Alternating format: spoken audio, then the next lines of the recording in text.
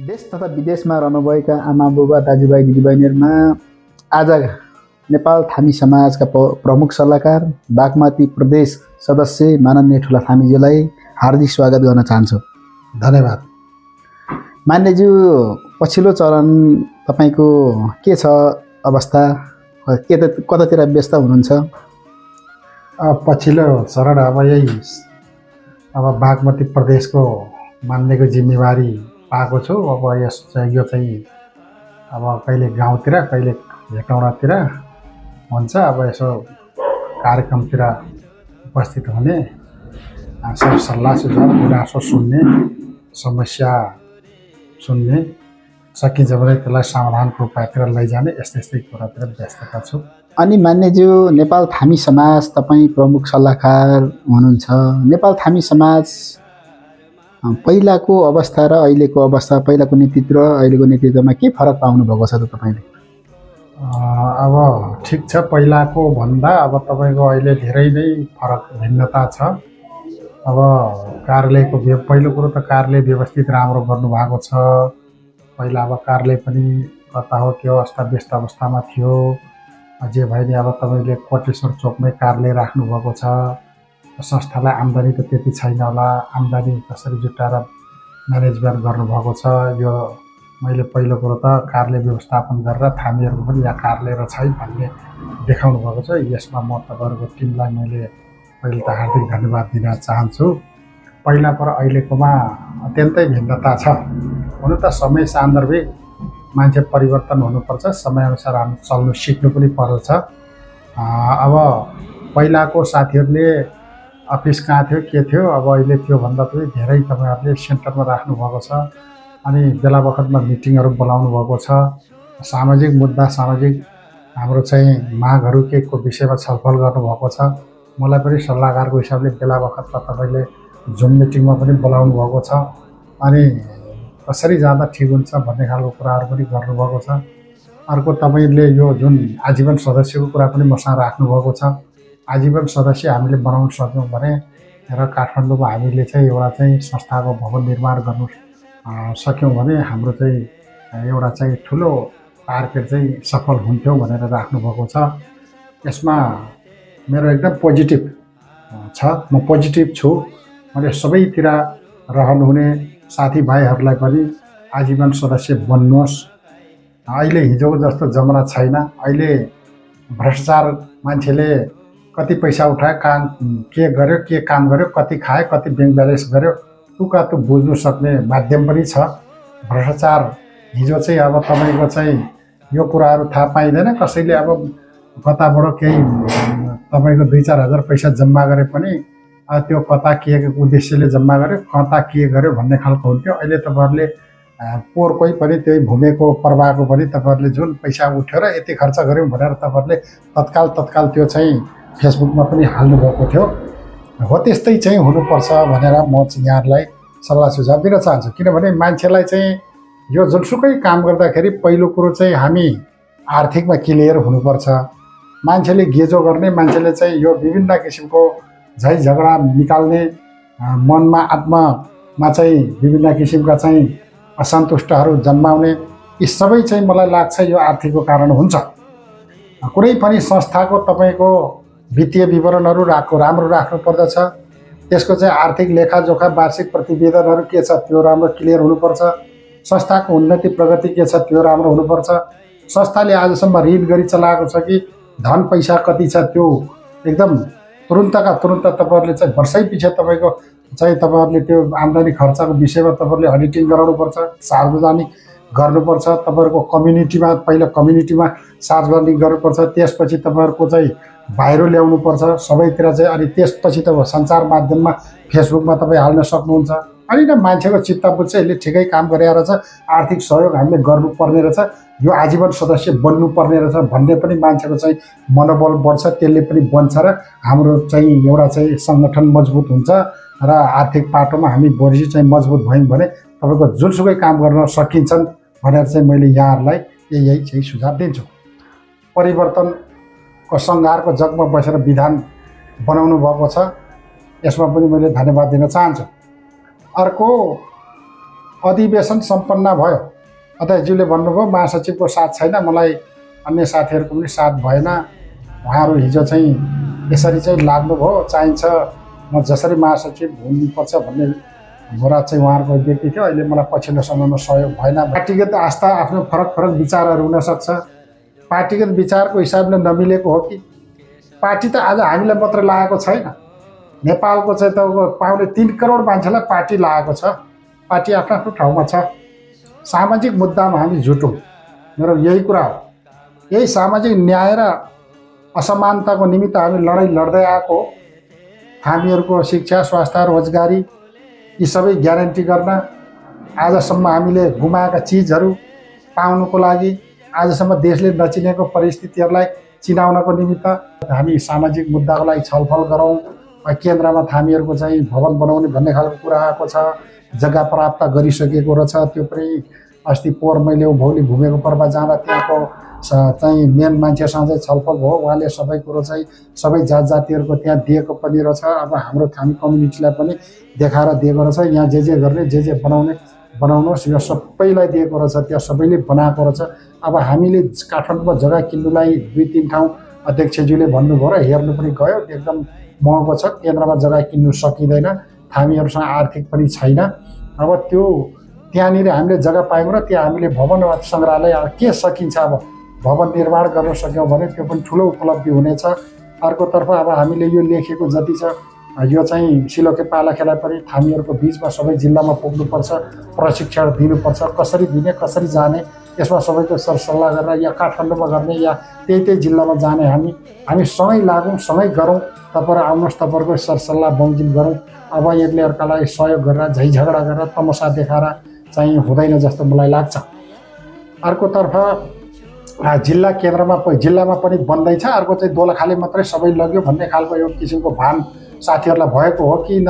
त्यो दोलखा चाहिँ स्वभावैले अब धेरै सङ्ख्याको हिसाबले पनि धेरै भएकोले अब दोलखाले एउटा सिलोखे पालाखे त्यहीबाट सुरुवात गर्यो र त्यसलाई अन्त्य गर्ने काम पनि गरेको छ। त्यसमा अब त्यो चाहिँ सदाका लागि त्यही नै पूर्णता हो भन्ने पनि होइन, त्यसलाई चाहिँ संशोधन गर्न सकिन्छ, बेला बखतमा त्यसलाई चाहिँ फेरि पूर्णता दिन सकिन्छ, लेख्न सकिन्छ, त्यसलाई नपुगेको तपाईँहरूको सरसल्लाह सुझाव गर्न सकिन्छ।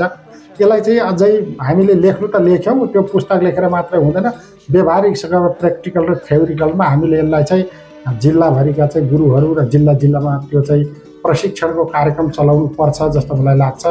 यहाँहरू कता मन भाँचिएर हुँदैन, अब एकता हुनुपर्छ, एक मन हुनुपर्छ। यहाँहरू जुट्नुहोस्, केन्द्रले होला नि त जिल्ला चलाउने, अब तपाईँको कम्तीमा सिस्टममा जानुपर्छ। सबैको संस्था सबै जात जातिहरूको छ, सबैको आफ्नो सिस्टममा चलेको छ, कुनै मनमोटाप छैन, कुनै राजनीतिक उहाँहरूलाई लागेको छैन। सामाजिक मुद्दामा उनीहरू एकदम एक ढिका एक मन छ। उनीहरूको केन्द्रमा चाहिँ विभिन्न थोरै सङ्ख्या भएको जात जातिहरूको पनि आज तपाईँको सामाजिक भवनहरू छ, सामाजिक मुद्दाहरू उनीहरूको सरकारको टेबलमा सँगै लिएर गएको छ। हाम्रो पनि यो गर्नुपर्छ। अब हामी चाहिँ एक्लै लागेर हुँदैन, सबैजना जुटौँ। यो असन्तुष्ट के हो यसमा चाहिँ छलफल गर्नुपर्छ। विशेष त मेरो बाहिर रहेर असन्तुष्ट साथीहरूलाई मेरो यो सुझाव हो, यहाँहरूले यो गर्नुपर्छ। दोलखाले एउटा चाहिँ केन्द्रले तपाईँको जिल्ला चलाउनु स्वाभाविक हो।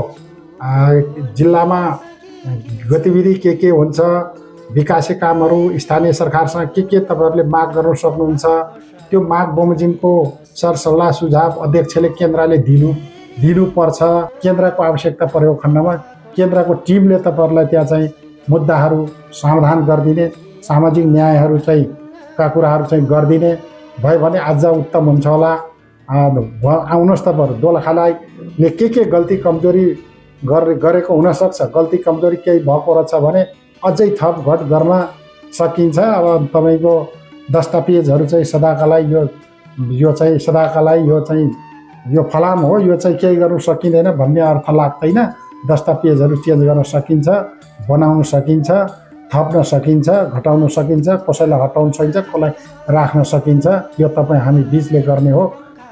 यो चाहिँ हिसाबले लाग्नुपर्छ भनेर मैले यहाँहरूलाई भन्छु। मैले यही कुरा राखेँ, यहाँहरू चाहिँ सम्पर्कमा आइदिनुपर्छ। मान्यज्यू, तपाईँले हाम्रो असन्तुष्टि भयो भने साथीहरूलाई तपाईँले आग्रह गर्नुभयो, नेपाल थामी समाजको तपाईँ प्रमुख सल्लाहकार, साथसाथै थामी समुदायकै नेपाल र विदेशमा हुने साथीहरूको अभिभावक पनि हो तपाईँ। समुदायलाई अगाडि बढाउनका लागि तपाईँले अरू साथीहरूले भनेको जस्तै अब नेपाल थामी समाजको यो संस्था चाहिँ उन्नति प्रगति नहुनुमा चाहिँ कारण चाहिँ के देख्नुभयो त तपाईँले? अब उन्नति प्रगति हिजोको भन्दा चाहिँ धेरै अगाडि छ, भएको छ। अझ यसलाई उत्कृष्ट ढङ्गले उन्नति र प्रगतिको मार्गमा लानुपर्छ। केही हाम्रो असन्तुष्ट बिचमा साथीहरू पनि छ, फुटेर होइन जुटेर एक ढिक्का एक मन भएर लाग्नुपर्छ। त्यो भयो भने निश्चित उद्देश्यमा पुग्न सकिन्छ। मान्छे, दुनियाँका मान्छे तपाईँको आज चन्द्रमामा पुगेको छ, मङ्गल ग्रहमा चाहिँ बस्ती बसाउँदैछ भने हामी थोरै सङ्ख्या भएको मान्छे मिल्नुमा केले रोकेको छ? हामीसँग अप्ठ्याराहरू पन्छाउनु मैले सजिलो देख्छु। के छ त्यत्रो विधि? हामीसँग चाहिँ त्यस्तो अप्ठ्याराहरू त म त देख्दिनँ। सबै एउटा चाहिँ तपाईँको एउटै आमाका छोरछोरी सन्तान हो। हामी कम्युनिटी लगभग थरको हिसाबले अलि अलग अलग विभिन्न थरका होला, तर ऐतिहासिक पहिचानहरू हुँदा त हामी एकै ठाउँबाट आएको एउटै हो। हाम्रो चाहिँ सन्तान पुर्खा एउटै हो। अनि आज चाहिँ असमानता बिचमा के भयो त? त्यो हिसाबले अलिक मलाई लाग्छ तपाईँलाई राजनीतिक हिसाबले प्रभाव पारेको हो कि? अघि नै मैले जवाफ दिइसकेको छु। राजनीतिक सबैलाई लाग्छ हो। चुनावको बेला आफ्नो आफ्नो पार्टी आफ्नो आफ्नो एजेन्डा उठाउनुपर्छ, स्वाभाविकै हो। राजनीतिकमा पनि लाग्नुपर्छ। राजनीतिकमा नलागेको भए ठुला थामी आज मान्ने हुँदैन थियो, तपाईँको यहाँ बोल्ने क्षमता राखेर आउँदैन थियो। यो सबै गरेको राजनीतिकले हो, परिवर्तन राजनीतिकले हो। त्यसैले तपाईँ राजनीतिकमा पनि आफ्नो आफ्नो आस्थामा राख्नुहोस्, तर सामाजिक मुद्दामा एउटै भएर लाग्यौँ भने असम्भव चिज के होइन।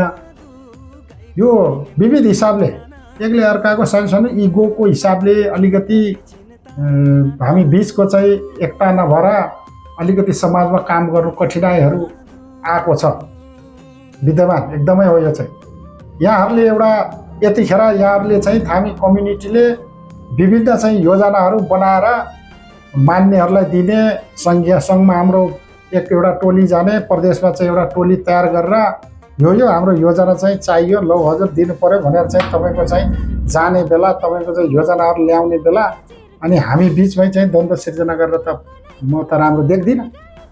त्यसैले बाहिर रहनुहुने साथीहरू चाहिँ अब जुट्नै पर्छ। अलिकति समाज विकास नहुनुमा हाम्रो यसको पनि ठुलो भूमिका बाहिर रहेका साथीहरूले कसैले चाहिँ के कुरा भएको हिसाबले पनि अहिलेको सामाजिक सञ्जाल फेरि त्यस्तै छ।